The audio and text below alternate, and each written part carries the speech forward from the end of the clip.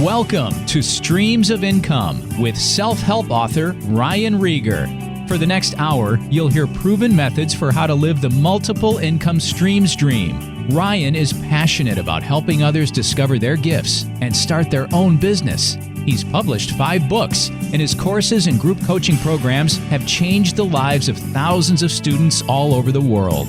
Ryan's books include Private Label, The Easy Way, Finding Your Grace Place, and his latest, Streams of Income.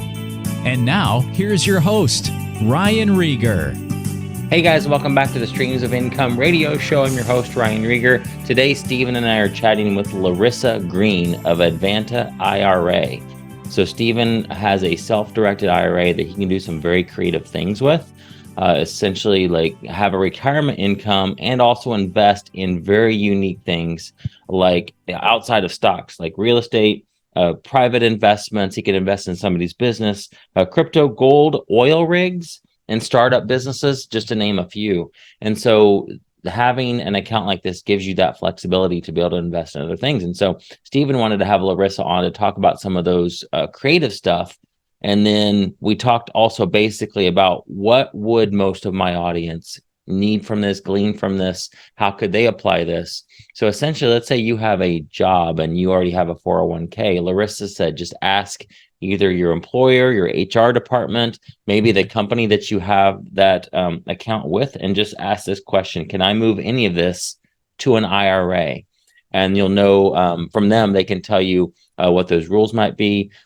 You might be able to take a portion of that funds that are already in there and put it to work with something more creative. You may be able to invest in your Amazon business, potentially somebody else's Amazon business if you're doing e-commerce. So just some really creative things we talked about today. Some of the stuff that Stephen talked about was way in the clouds. So if that's not for you, you can skip all that part.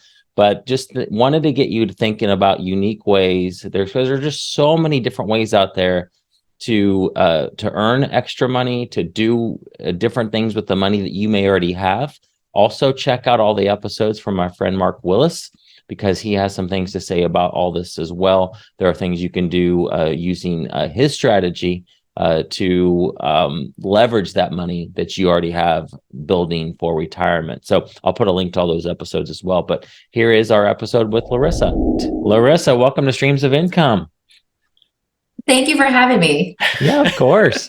Thanks, Stephen, for bringing her on, roping her into this. She's been a go-to with a bunch of questions, so I figured we'd have her on and start asking more questions. Stephen, why don't you kick it off? Tell me just like how you know her real quick, and then we'll have her talk about her maybe a little bit about her story, and then we'll get into the stuff we want to chat about. Yeah, I guess I'm trying to think back. I don't even know how I met her. Probably in a real estate meeting. Yes. Okay. I was working for a mutual friend who just passed, actually, which is sorry to bring that up. But I was working with a friend, and I think I met Larissa through one of the meetings, and then she came and was doing her, I guess, promotional. Yeah. She normally sponsors a bunch of those events. And then I just started learning more about it and asking her a bunch of questions. I've always tried to mirror what we're doing in real estate in business. I think now, even the last 2 years, really trying to do that a lot more. I've been asking Larissa just a bunch of more questions. Most of it I'm running into self-dealing, so that is an issue, but she's been extremely helpful. She's been a go-to for a lot of the real estate guys, and she's a conduit. A lot of people say, oh, if you have a question, go to Larissa and ask. So I've always been extremely grateful that I know Larissa and be able to ask her questions, that she's answered them clearly, precisely, and professionally, which I've always appreciated. Thank Awesome. you. So Larissa, tell us your story. Just tell me how you got to where you are and what you're doing now. Yeah, so actually, it's been an interesting road for me. I actually started with Advanta a little over 12 years ago. And at that time, I was looking for a new position, a new job, and Advanta was hiring really just for sort of like back office work. So they needed help with paperwork and filing, and needed a person that would assist in all areas or all aspects of the business. And so I started there, not really sure where it was going, but I had some real estate background. I worked for a broker doing marketing for him way back in the day. So that's sort of how I connected with this position. And after a couple of months of learning what Advanta did, it was just really intriguing to me. And so that sort of kept me on this path of learning more about the business and things that I can do there. And for about 2 years, I did back office work. So I helped people open accounts. I did transfers, investments. I helped with incoming checks and outgoing money.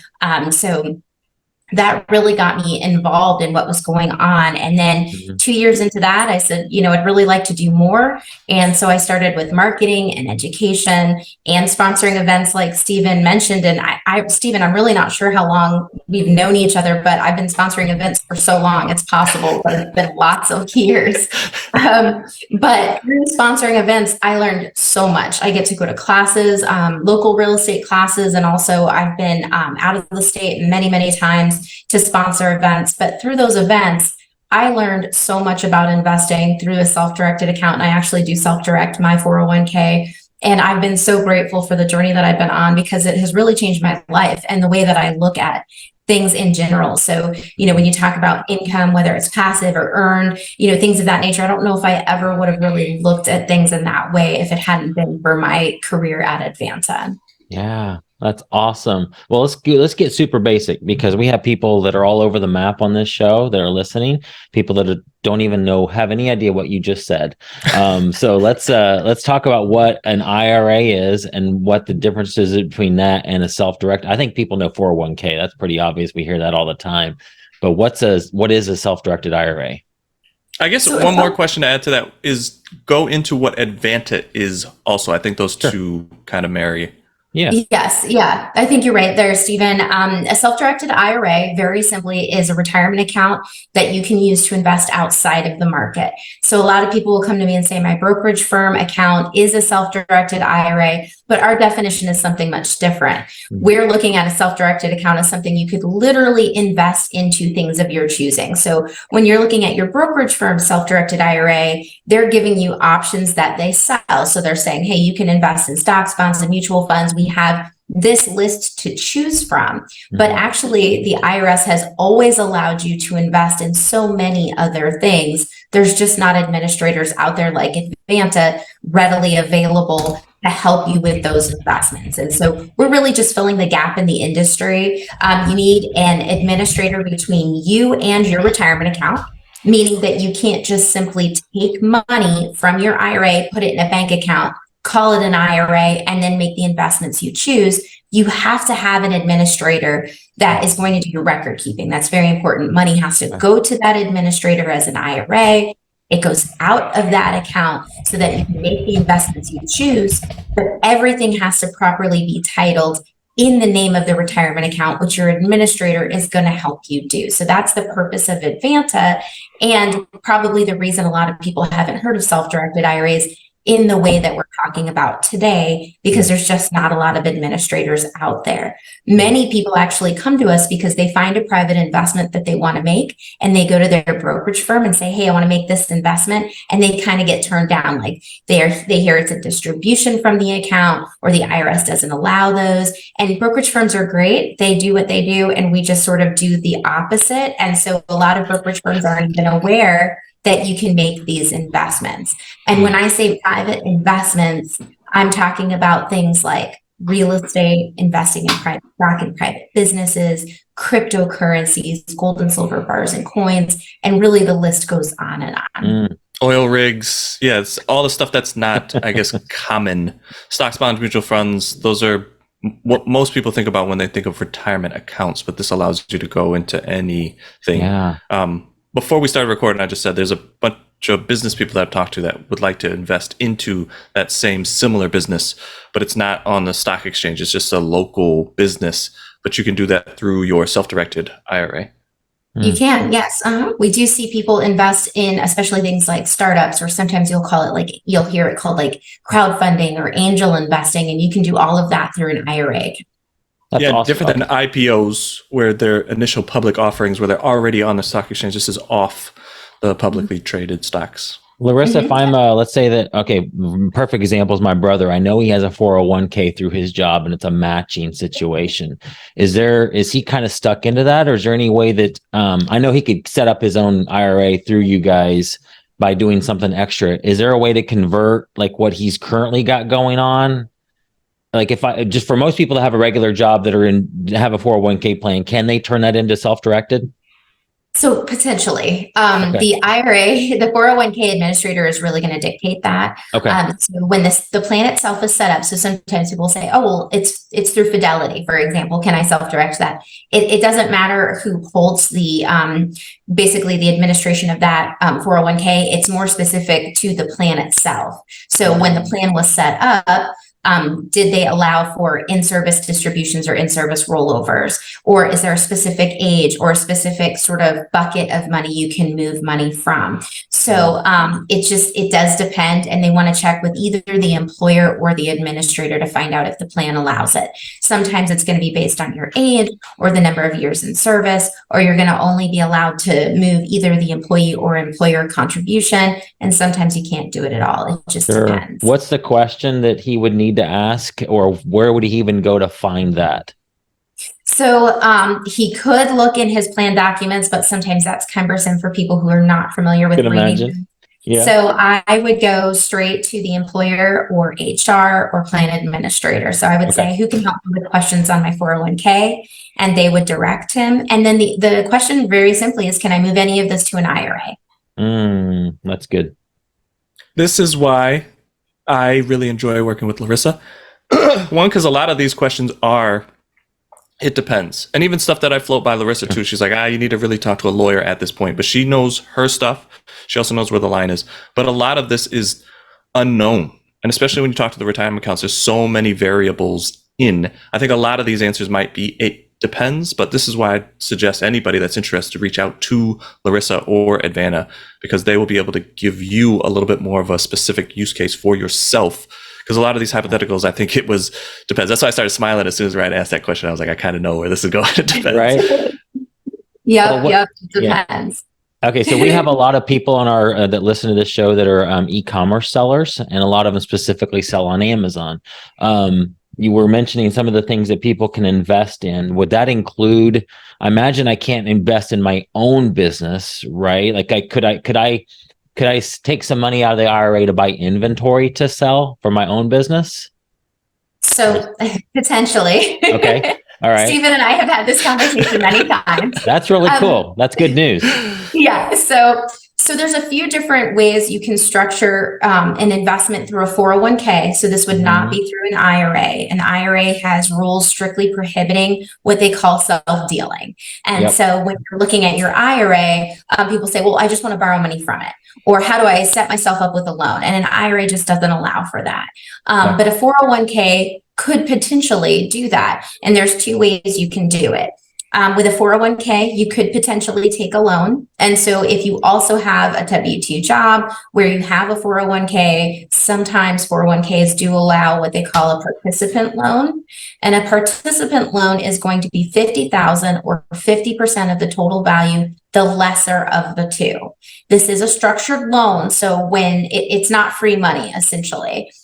You do have to pay it back. You have 5 years to pay it back. You have to make regular payments to this loan, and it does have to have a fair market value interest rate. And if you're looking to go through your W-2 employer's 401k, they might even have it more structured where they say, hey, you have to make monthly payments. This is what the interest rate we require is. Or if you're through like a solo 401k, a lot of that as the trustee and administrator of your own plan, you might be able to dictate some of that. It's just going to depend. If you do not have a W-2 job with a 401k and you have something like a solo 401k, and just very simply, this is a plan set up for you as the business owner, you don't have to have a formally established entity. It could be you as a sole proprietor. And that 401k could potentially also allow loans to participants. So for example, Advanta offers a solo 401k. It does offer loans to participants. The rules are going to be the same though. Those are federal, like IRS rules, essentially, where you're going to be allowed to take $50,000 or 50% of the total value, the lesser of the two, and you have 5 years to pay it back. So that's just something to consider. But Yeah. let's say that you have a solo 401k and there's 20,000 in there. That means you could take up to 10,000. You have 5 years to pay it back. And once you take that personal loan, you can use it for whatever you need. So if you wanted it for your e-commerce business to buy inventory, then you could do that. That would be allowed within those rules. Do you have any questions about that? Because I have one So other. what if I want to? So you said you can use it for whatever you need. What if I want to attend an e-commerce conference in Hawaii? Is that cool?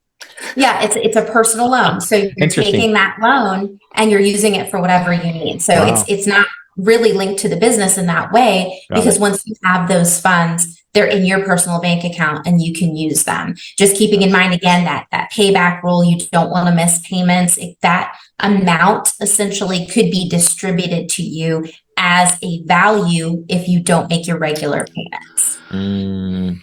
Makes I'm sense. very excited because these are the conversations I love to have. And I'm going to ask a question that might throw a little wrench in this. But it's just, this is why you need people like this on your team to be able to ask to get exactly the answers that you're looking for and be able to continually go down that route. But Larissa, for a even self-directed IRA, if Ryan had a self-directed IRA, could he not lend me money on my business, on my inventory? So isn't this why having financial friends then opens the door to then kind of have, it depends, even more conversations to open up the doors of how to do it?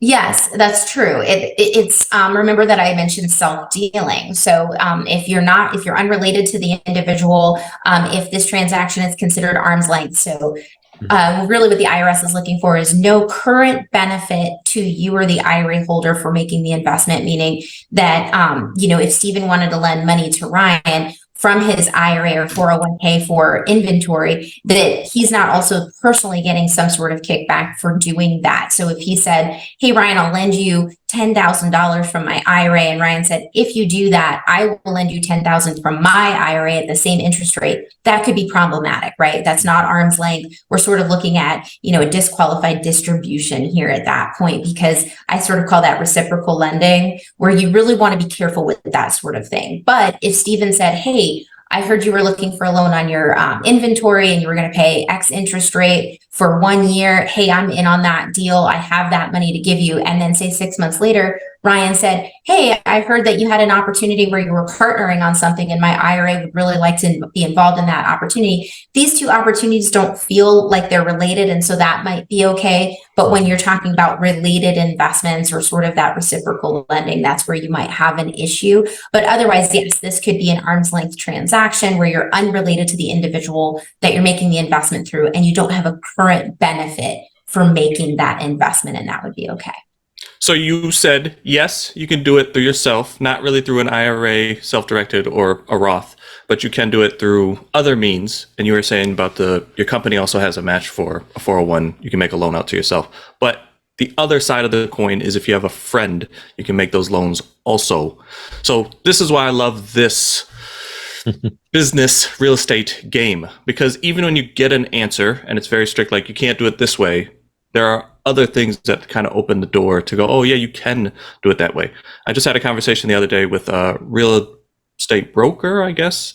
And I was saying, oh, couldn't I be the agent on? And he said, no, you can't be an agent because you don't have your licensing. And I said, if I had an option contract on, doesn't that allow me to operate semi like an agent? And he says, yes, because you have ownership of that property. So you can do these things. Sometimes you just have to ask a couple of different questions. So when they give you the answer that says no, I always like to go, all right, what's a different way that I could do this? And I'm not trying to break the rule. I'm just trying to see where is my opportunity for me to be able to move forward with this. Because I have lent money to people. A lot of my current problem is just a lot of self-dealing. There's a lot of this does kind of relate back to a business that we're doing, and I don't want any of those problems. So having calls with a lawyer, they're saying don't do that either. But being able to kind of flesh some of this stuff out with Larissa has been invaluable.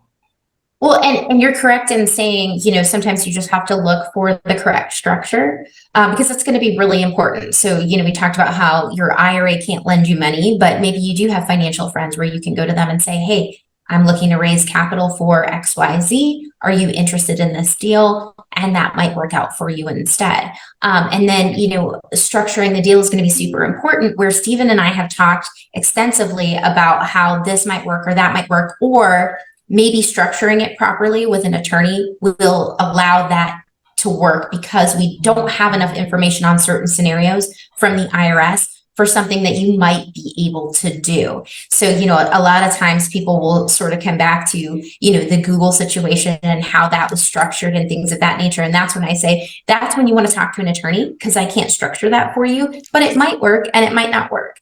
An attorney's opinion is going to really matter in those scenarios, because they're willing to defend ultimately the structure that they want to set up for you. And so that's where, you want to bring in your legal team, or, find an attorney that can help you, and we can refer you to attorneys for sure. And my partner always says that although sometimes people say attorneys can be expensive, he says that, it's an inexpensive way to ensure it's structured properly. And I agree with that. So, when you're looking at maybe $1,000 to have it structured, but ultimately get that deal done in your retirement account and have it grow tax-free or tax-deferred, may be worth it in the long run. Yeah, and I guess these are a little bit more extremes that we're talking about, but I do want to bring this back to, this can be done almost with any amount of money, because even at some of these meetings, events, stuff that we're going to, people are looking for lending opportunities with $100, $500, $1,000, $10,000. So I don't want anybody to hear this and go, oh, this is not for me because I don't have enough money. You can start this. Is there a minimum that you can do this with, Larissa? Because I don't think so, but maybe there is. We have no required minimum. Usually what I tell people is take a look at the fees, what you're going to be paying, annually. And if it makes sense for you, then, absolutely you can do it. And so, that's where you're sort of, because like I said, you can invest in cryptocurrency, for example, and sometimes that doesn't take a ton of money, or tax liens, for example. You can invest in tax liens with just a couple $100s. So there's a lot of opportunity out there. You just want to look at the structure and see if it makes sense for you. And, if you're looking for that tax deferred or tax-free growth, then, that is something, kind of taking advantage of that. And again, of that structure and making it work. Are there limits to the amount that you can invest in these IRAs over in a year, just like a normal 401k? Yes. So these are going to be, based on, IRS guidelines and rules. And so these are IRAs just like any other, and it's a 401k just like any other. So we're subject to all the normal limits on an annual basis. Mm-hmm. And they go up a little bit every year. And for the individual accounts like IRAs, they don't typically, for like Roth and traditional, those typically don't change year after year, but sometimes they do get a bump up in how much you can contribute. But the employer-based plans typically do go up every year. So that's the solo 401k, the SEP IRA, the simple IRA, those do go up every year. I think the HSA goes up every year. So making your contribution, looking at the annual limits. The really cool thing about the accounts though, and this is true for any IRA or any solo 401k, the contributions are really flexible in that even though $6,500 is the limit for a Roth IRA this year, you don't have to put $6,500 in. So if you're looking at an opportunity that's coming up, again, that scenario where Stephen maybe lends Ryan money, if he said, hey, I just need $5,000, and Stephen says, you know what, I'm going to open an IRA, I'm going to put that $5,000 in a Roth IRA and have it grow tax-free, you can do that. You don't have to put $6,500 in. Yeah. And I think that's important for people too, because if you're not saving for retirement, and you just don't feel like you can do that at this time, you can put any amount in, and today is better than tomorrow type of scenario. So Stephen, the reason you like this so much, correct me if I'm wrong here, is that like if you had, let's say you had 10,000 in there, you give me $5,000, you invest in my business at $5,000, and let's say it yields 100% return. So I'm giving you back your original $5,000 plus another $5,000, you put that into that, you can put that back into the account and not have to pay taxes on it. Is that correct? So that's how it grows much faster than your individual yearly contributions? Yes. Okay. All right. And I don't know how extreme we want to get with this, but there have been very unique situations where you can lend very small amounts of money and return large amounts of money, or just wrapping a mortgage, I guess, is maybe one that I have a hard time explaining this. That's why I love talking to people, Larissa. They're much better at educating this. But theoretically, you could wrap a mortgage with $100 and then return monthly money to that account, growing that account tax-free. So it's a small amount of money that can turn into a large amount of money, allowing you to put a lot more money in there than the limits that you're set on. So yes, that is why I love So those types of there's accounts. no limit on the return that you can get. You can stuff as much money as you get in there from the actual business transaction, Yeah, I don't but you do think so have unless yearly Larissa- limits. Yeah, the Romneys, no, I guess, growth is have unlimited. pushed the limits to that. So I would say no, but I don't. Yeah. Maybe there is some limits on it. No. Growth is unlimited. And so that is really truly where the benefit is for your future retirement, right? Because you can invest in these deals. And, Stephen mentioned a wrap mortgage. That's a really cool investment. I feel like it's a little bit more of an advanced strategy, but definitely something. I was trying to think of a simple, but I couldn't. Crypto might be a good one. Like you buy Bitcoin, withdraw it, and then Bitcoin goes up to 100,000, and suddenly you've got, you did have $5,000, now you've got 60 grand in there. Like, oh wow. Yeah, those are more speculative investments. So my mind doesn't go there, but those are much easier to show examples of. So yes. Yep, exactly right. Also, I just wanted to circle back to investing in your own business because there was a second strategy in there that you can use. You can use a 401k to invest in your own business, and a 401k is sort of the exception to the rule as far as self-dealing goes if you structure it properly. So again, this is, where you're going to get your attorney involved and your CPA involved to make sure that you're structuring it properly. But you can have a 401k that invests into your business. So it literally will buy shares into your business in order to, give that cash flow that you might need. It's called Rollover for Business Startup. ROBS. ROBS, yep. We commonly refer to it as ROBS. And if you're, looking to do some searching on it, it's a ROBS plan is normally what you call it, ROBS, Rollover for Business Startup. And basically what you're doing is you are forming a C corporation for your business. You're starting a 401k for the business. You are putting money into that 401k typically from another retirement plan. So either an old W-2 employer's plan or an old pre-tax traditional IRA. I mentioned pre-tax because only pre-tax money can be rolled into a 401k unless it's directly from another 401k. Okay. You can't even do it and then pay fees or penalties on? There's no rolling over from a non-Roth into a Roth? You can't roll over from a Roth IRA to a 401k, but you can move Roth and pre-tax money from another 401k. So if it exists in a 401k, it can be moved to another 401k. But if it exists out here in a Roth IRA that's existing, Roth IRA money can't go into a 401k right now. Even if the 401k allows Roth contributions, it still can't come in from that source. But Roth 401k money can go into another 401k that allows it. I know it's a little confusing, but so you basically would get money into this new 401k for the business, and then this 401k, remember I mentioned it's a C corp, would buy shares in that C corporation, ultimately funding that business. And so this isn't considered self-dealing, but it's allowing you to get that infusion of capital into the business. It sounds great. I know not everybody loves a C corporation, but it does have to be a C corp. There are a few things. If you are going to have employees and they would be eligible for a 401k, you would have to include them. You may even have to allow them to buy shares in the business through the 401k, just like you're doing. Remember, this is all about fairness testing and things of that nature. So this is definitely where you want to talk to your attorney, your CPA, and find out if this is a good fit for you. If you're a sole proprietor, an independent business owner, you have no employees, even if you have partners in the business, this still could work, but no employees, then you could use the solo 401k tool for a ROBS plan.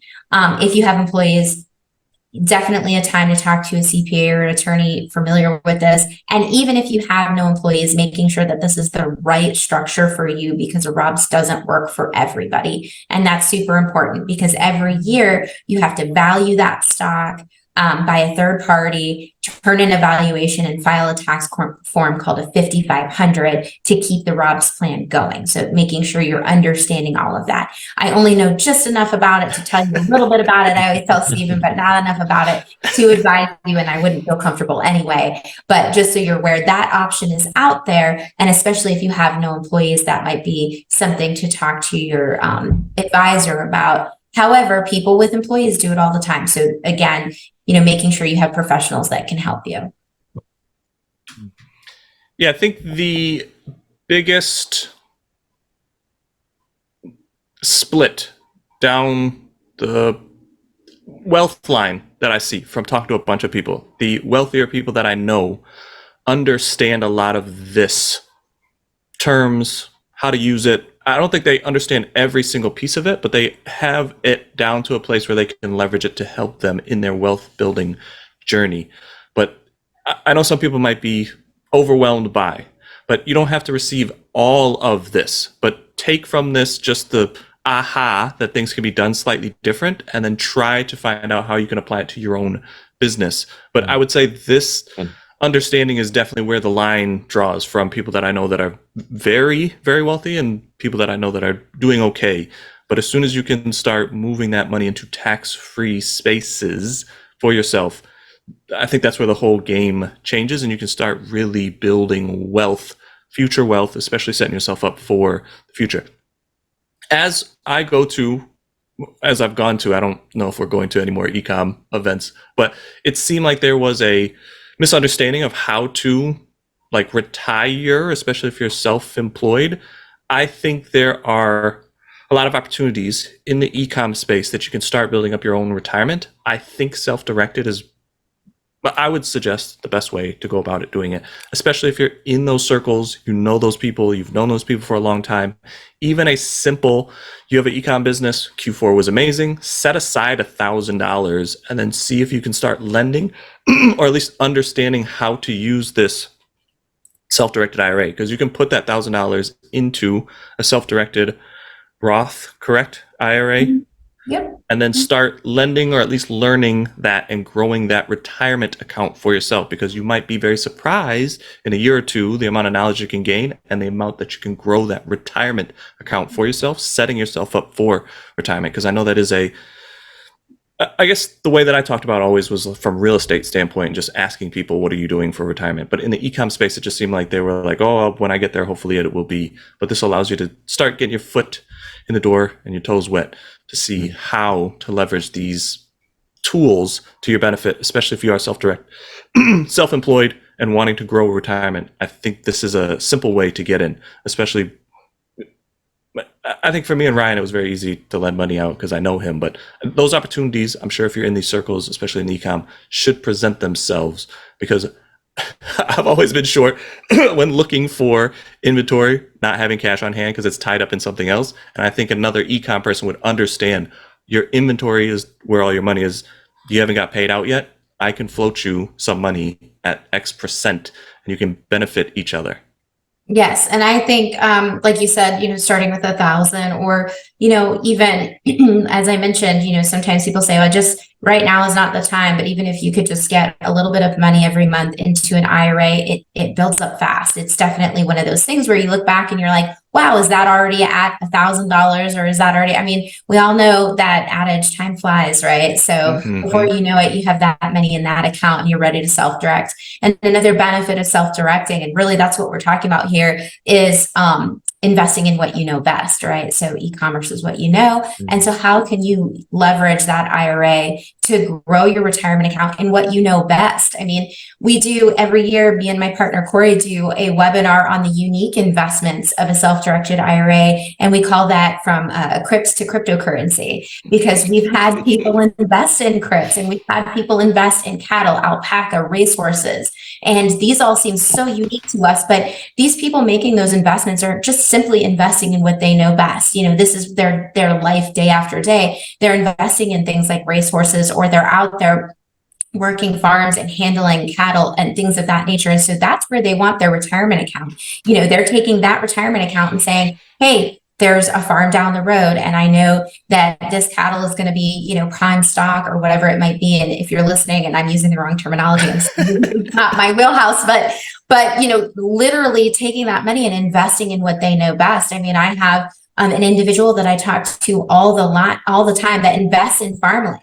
He invests in businesses for farms, and so that is what he knows. And that's really where he sort of takes pride also in helping out local communities and making those investments. So I think that's important. That's awesome. Stephen, do you feel like the majority of people listening to this, the easiest path for them is, I mean, there's so many different ways to do this, and Call Larissa. We could talk forever about being creative, but like if you have a job and you already have a 401k you're making contributions to, and your employer either you're making contributions or you're making and your employer is matching them, just see if you can start a self-directed IRA, right? Like, because then it gives you the flexibility to invest in other things besides just what that plan says. Is that Stephen, do you feel like that's kind of that will hit the most people? Yeah, and I guess my wife has a job and she does have a matching, but it's only matching up to a certain point, and hers is not a at the hospital I worked at, they would match and double up to a certain point. But just learning where those limits are, because I've found a lot of people hit those limits before they even realize it, and some of that money that they're putting into those accounts are not being matched. That type of stuff can be then put into a different retirement account. But it is just a understanding of what you're doing, what is your retirement. It's not exciting, it's not fun to talk about, but it is, I think, the benchmark for the wealth generating, like having an understanding of that kind of stuff and then setting yourself for the future. I've said that to Larissa, that now's not the time. I don't have time for, but it is kind of the thing that I look back on and go, I should have done that a little bit sooner. I should have been putting money into this account. I should have been doing these things, because now I am getting older. I'm getting close to 40, and looking at my 20s, I was just like, I'm gonna live forever. But now you get 40 and start losing a lot of friends. You're like, oh, okay. Yeah, I should have really done this earlier. And I think that's why I wanted her on this, to just, let's have a group discussion about this. Let's talk about this. These are things that I would maybe talk one-on-one with people, but not be very good at like explaining or setting up the different things. I would just be like, go talk to somebody. I don't know who to tell you to talk to, but talk to somebody, at least like put these ideas out there. But yes, understanding where you stand, what your retirement is. And I think if you have any interest in, start looking into these things and call Larissa. Every situation is different, but I feel the self-directed IRA, getting money out of the stock market, because the more I learn about these companies, I don't want to have any hand in these companies. It just is like wild what they're doing. I much rather, like Larissa said, have an impact locally, have an impact on people I know, do something where I can see where the money's going and feel good about what's happening, along with benefiting myself and my future. The only default I could say is call Larissa, talk to a servicer, talk to somebody about this, even if you want to go to your job and talk to them. But I found that those are very disheartening conversations sometimes, because those people are not necessarily very versed in, and they're just trying to default answer to whatever they feel is the best for you. And they'll say, high risk, this is going to be trouble, you're going to do this.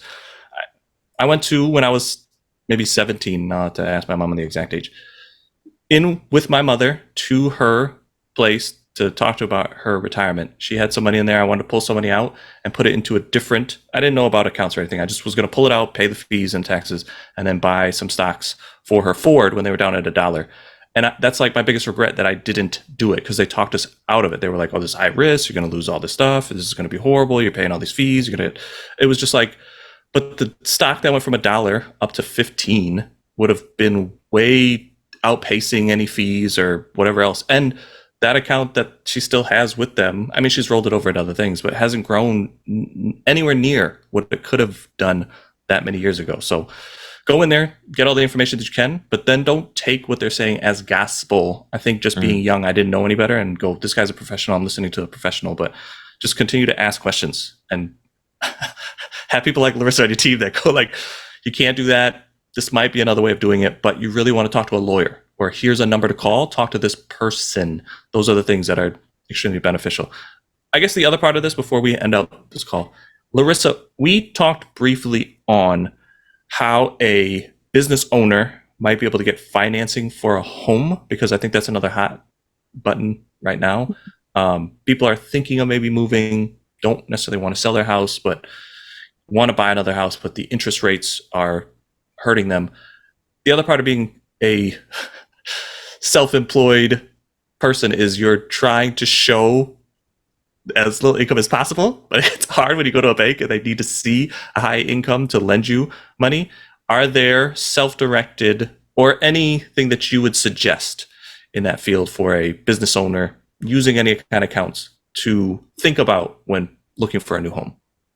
Yep. So we talked a little bit about financial friends. Again, you can't borrow money from your IRA or lend yourself money from your IRA or your 401k in the way that people are hoping, so you're not just going to go into your 401k and take 150,000 out of there to show a substantial down payment. For example, it's the limit is 50,000 from your 401k or 50%, the lesser of the two.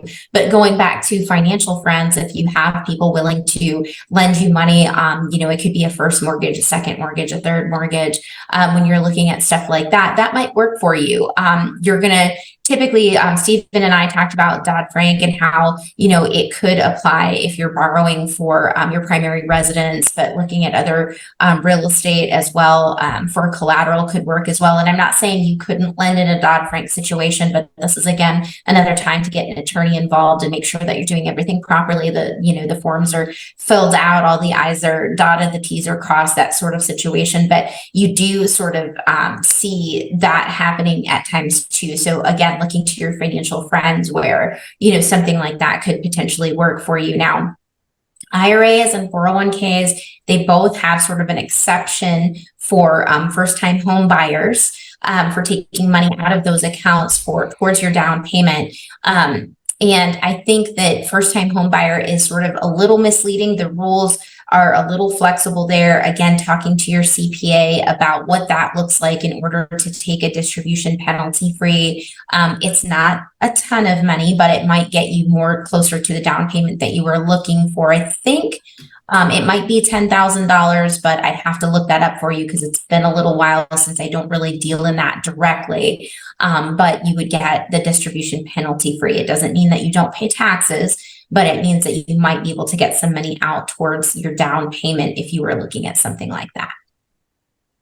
Yeah, I guess that first-time home buyer is deceptive because it's like first home in the last however many years or whatever the case may be. But even things like that where this could get you an extra $10,000 for a down payment. This is why calling Larissa and just explaining your situation, exactly what you're trying to do, is the best way to move forward. Because I called her on a friend's behalf saying like he wants to move into a house, but I don't want to lend because it is his primary. And Larissa said, well, why don't you lend on the house that he's leaving? And I was just like, oh, obviously I should have thought of that first. Like it's those types of things where you just like, you're trying to do it this way. And you're like, I don't really know how. And then you run into a wall. You can't because of, you'd have to get a mortgager to make the mortgage. And I was like, oh, that seems like a lot of hoops. I don't want to jump through those. But lending on a house that he might be leaving as an investment property, you can avoid all that. So it's like, oh, I can lend him that money on that. He can then use it to go purchase a new home or put the down payment or whatever the case may be. But it just gives you that option.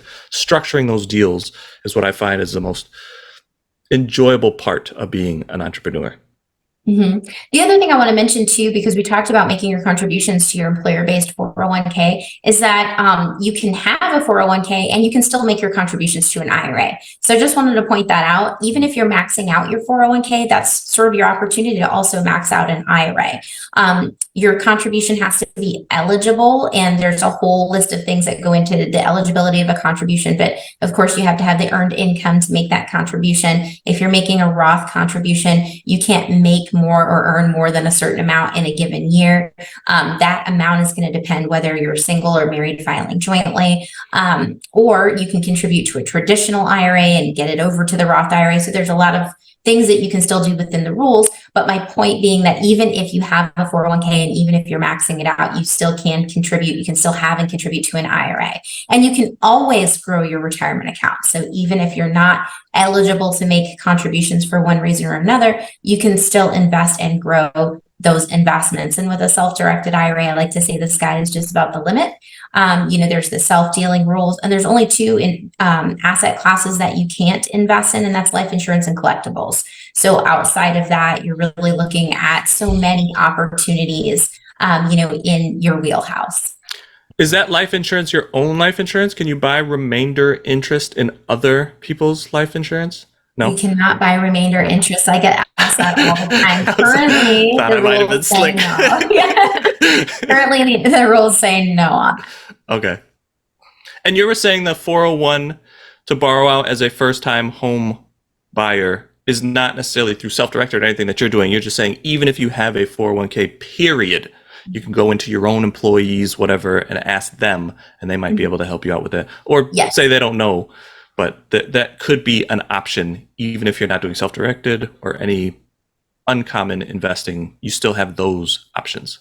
You do. IRA and 401k rules are the same across the board. Now, what you're allowed to invest in because of the administrator, what you're allowed to do because of the administrator, that's going to vary. But the rules are going to be the same across the board. So contribution limits, the self-dealing rules, things of that nature, moving money from IRA to IRA. A lot of times people are afraid that that's a taxable event. It is not a taxable event. Moving from an old employer's plan, meaning you have severed ties with that employer, you can do that at any time. And a lot of times when you're moving money, you'll hear, well, that's taxable. And it doesn't have to be. You can move from a pre-tax 401k to a pre-tax IRA, like a traditional IRA, and there's no taxes or penalties involved. So it's super important to sort of understand how that works, because somebody I just spoke to said, well, they told me I have to have a Roth IRA if I want to self-direct it, and I'm moving from a pre-tax account, but there's going to be taxes and penalties paid. It can go from the pre-tax account to another pre-tax account, no taxes or penalties are paid. Or, and I think Stephen alluded to this earlier, you can move from a pre-tax old 401k to a Roth IRA. You don't pay a penalty for that, but you do pay taxes. Mm-hmm. Yeah, because those are some of the things that, with my mother and other people, just learning those rules and then trying to go, okay, what can we do with this? But moving from traditional to traditional is fine. Moving from Roth to Roth is fine. Moving from traditional to Roth, you just have to pay the taxes. Yes. Larissa, I'm smiling a lot when you're talking because I actually can remember some of these rules now. Remember all of her presentations, don't you? How can people find you to get in? Are you the person at Advanta to talk to if they want to have questions or if they want to open an account? Yes, yep, they can reach out to me. She's like, no, not after talking to Stephen. I'm the person they would reach out to, and anybody can call me directly. My direct phone number is 727-754-9963, and I'll repeat it, 727-754-9963. You can also visit us at advantaira.com. to just kind of browse the website, see what's going on. We have classes all the time. They're always no cost, no obligation. I actually am going to be doing a webinar coming up. I don't know when this will air, but if you have questions on a 401k, I'm going to be talking about a 401k later in November, but everything is recorded. Okay. So anytime you need, a webinar on a topic, I can find it for you and send the link. And those are great ways to just really even introduce yourself to the idea of a self-directed IRA. I have people follow our webinars for 6 months before they reach out and say, okay, I have some more specific questions about what I'm looking to do. So, and I did talk to Stephen too about a special offer. So if anybody reaches out to me and you mention the podcast, we'll waive your account opening fee. That's $50. So I'm happy to do that, and also, there's not going to be a deadline or a limit on that. Because like I said, sometimes when you're new to self-directing, you need a little bit of time to absorb it and really sort of think about what structures you're looking at for yourself. Awesome. Stephen, anything else we missed? Good?